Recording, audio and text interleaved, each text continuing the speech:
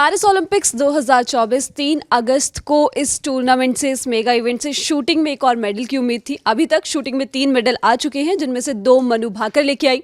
3 अगस्त को भी वो एक्शन में थी और अपने पेट इवेंट में 25 मीटर एयर पिस्टल इवेंट में यहाँ से लगा था कि मनु के नाम एक और मेडल होगा, वो हैट्रिक लगाएंगी। लेकिन शूट आउट में या शूट ऑफ में ये कह लीजिए, वो मेजर वेरोनिका से 2 शॉट्स कम हिट करके पीछे रह गई और इस चक्कर में वो 4th नंबर पे फिनिश कर पाई और मेडल की जो उम्मीद थी एक बार फिर से वो रह गई।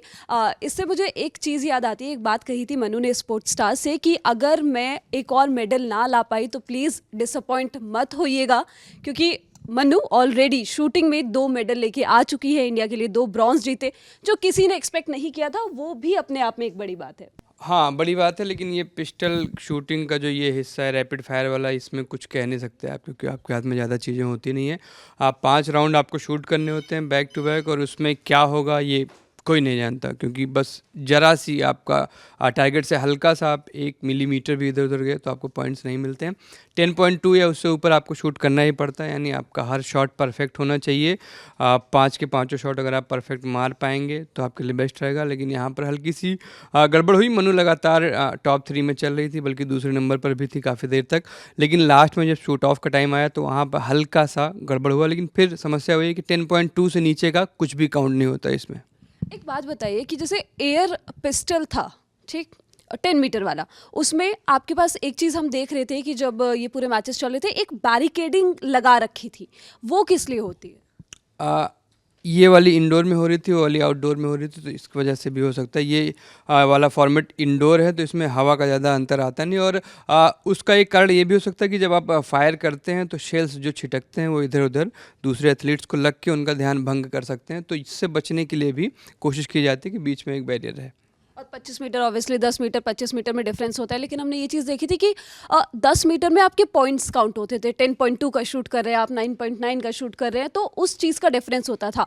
जो मिक्स टीम में ब्रॉन्ज मेडल आया था उसमें यही हुआ था कि कोरिया ने जो इंडिविजुअल गोल्ड जीता था, जिस कोरियन शूटर ने, वो 9.9 के टारगेट्स लगा रही थी, लेकिन मिक्स टीम में उनके टारगेट्स जो है वो कम हो गए, वो 9.9 हो गए, जो इंडिविजुअल में 10 पॉइंट था। लेकिन यहाँ पे ऐसा नहीं है, यहाँ पे आपको 10.2 के आसपास ही शूट करना है। 10.2 या उससे ऊपर शूट करना है, आसपास शूट करके भी कोई फ़ायदा नहीं है। अगर 10.2 या उससे ऊपर आप शूट नहीं कर पाते हैं तो वो फेल गिना जाता है। ग्रीन और रेड लाइट्स जो भी जलती हैं, अगर आप 10.2 से बाहर जा रहे हैं तो रेड लाइट हो जाती है, अगर 10.2 या उससे ऊपर है तो ग्रीन लाइट होती है। जितनी ग्रीन लाइट्स उतने आपको पॉइंट्स मिलते हैं। मतलब ये इवेंट और ज़्यादा मुश्किल है, क्योंकि आपको उतने ही एरिया पे टारगेट करना है, उसके बाहर, उसके ऊपर, ऊपर नीचे कुछ पॉइंट्स कैलकुलेट नहीं होंगे कि 9.9 आपने शूट कर दिया तो उसके बाद आपको फ़ायदा हो जाएगा कि अगला आपने 10.7 कर दिया। इसमें आपको वही वाक्य याद रखना होता है, nobody is perfect, I am nobody.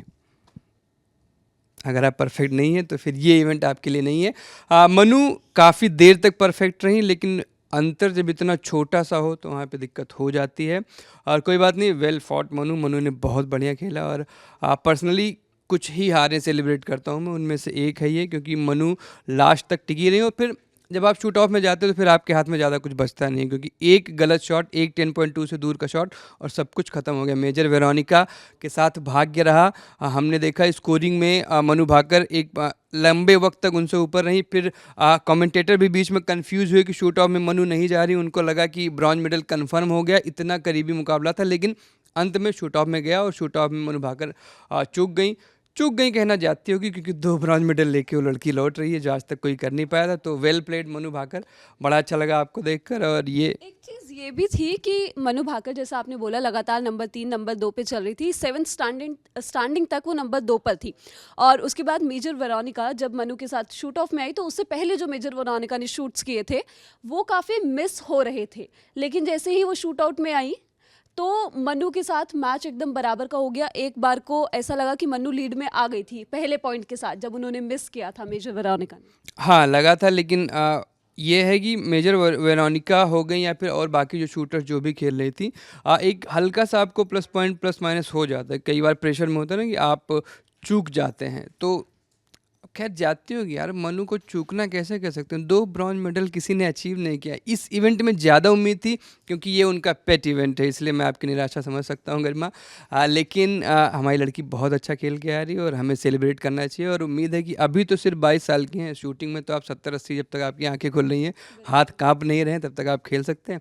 अभी काफ़ी सारे मेडल्स मनु लेकर आएंगे। टर्की वाले शूटर याद दिला दीजिए, 51 साल के हैं। हाँ, क्या वो तो खैर उनकी आर्मी में भी काम कर चुके हैं। उनकी जो आर्मी की सहायक विंग है जो इंटरनल सिक्योरिटी वगैरह देखती है, तो उनकी तो आदत है। खैर उन्होंने कहा भी था बाद में, शायद कहीं मैंने पढ़ा कि मैं आई पैचेज के साथ या फिर ब्लर वाले लेंसेज के साथ नहीं खेल पाता हूँ, मुझे दोनों आंखें खुली चाहिए। और वो शूटिंग का तरीका जहाँ तक मैंने पढ़ा है, ये मिलिट्री पुलिस या फिर इस तरीके की एक्टिव कॉम्बैट में जो लोग होते हैं उनको पसंद आता है, क्योंकि दोनों आंखें खुली होती है तो आप ज़्यादा एरिया कवर कर पाते हो और आप मूविंग टारगेट्स को आसानी से शूट कर पाते हो।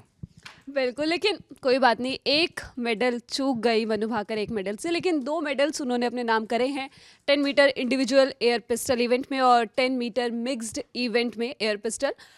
हैट्रिक नहीं लगी, लेकिन 2 मेडल लाने वाली पहली महिला एथलीट या ओवरऑल भारतीय एथलीट, रिचर्ड को ना मैं भारतीय मानता हूँ ना आईओसी मानती है।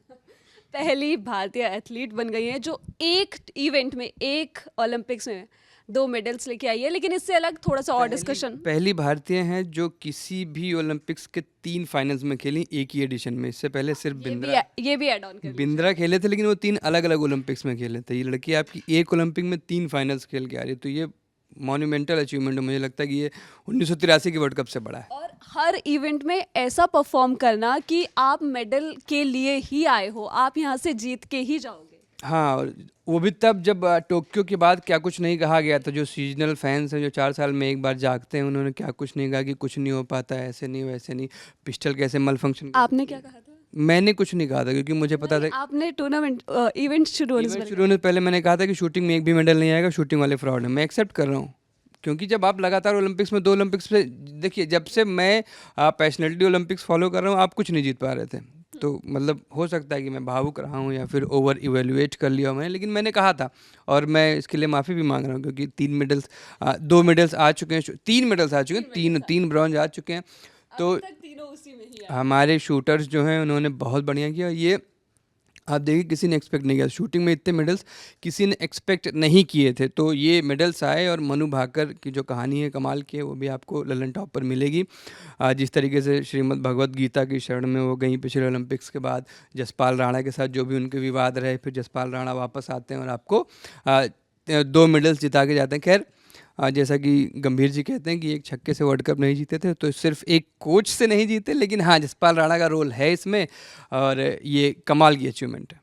बिल्कुल, ये कमाल की अचीवमेंट है। मनु ने जो भी किया है अभी तक, 2 मेडल जीते हैं, एक में रह गई, लेकिन हैट्स ऑफ, सैल्यूट है उनको, क्योंकि किसी ने एक्सपेक्ट नहीं किया था। और भी बहुत सारे इवेंट्स आज होने हैं। पेरिस ओलंपिक्स की सारी खबर आपको ललन टॉप पे मिलती रहेगी, आप लोग देखते रहिए। और मैं थी गरिमा, ये थे सूरज। हाँ ठीक है ना, हाँ चलिए ठीक है, मिलते रहेंगे, धन्यवाद।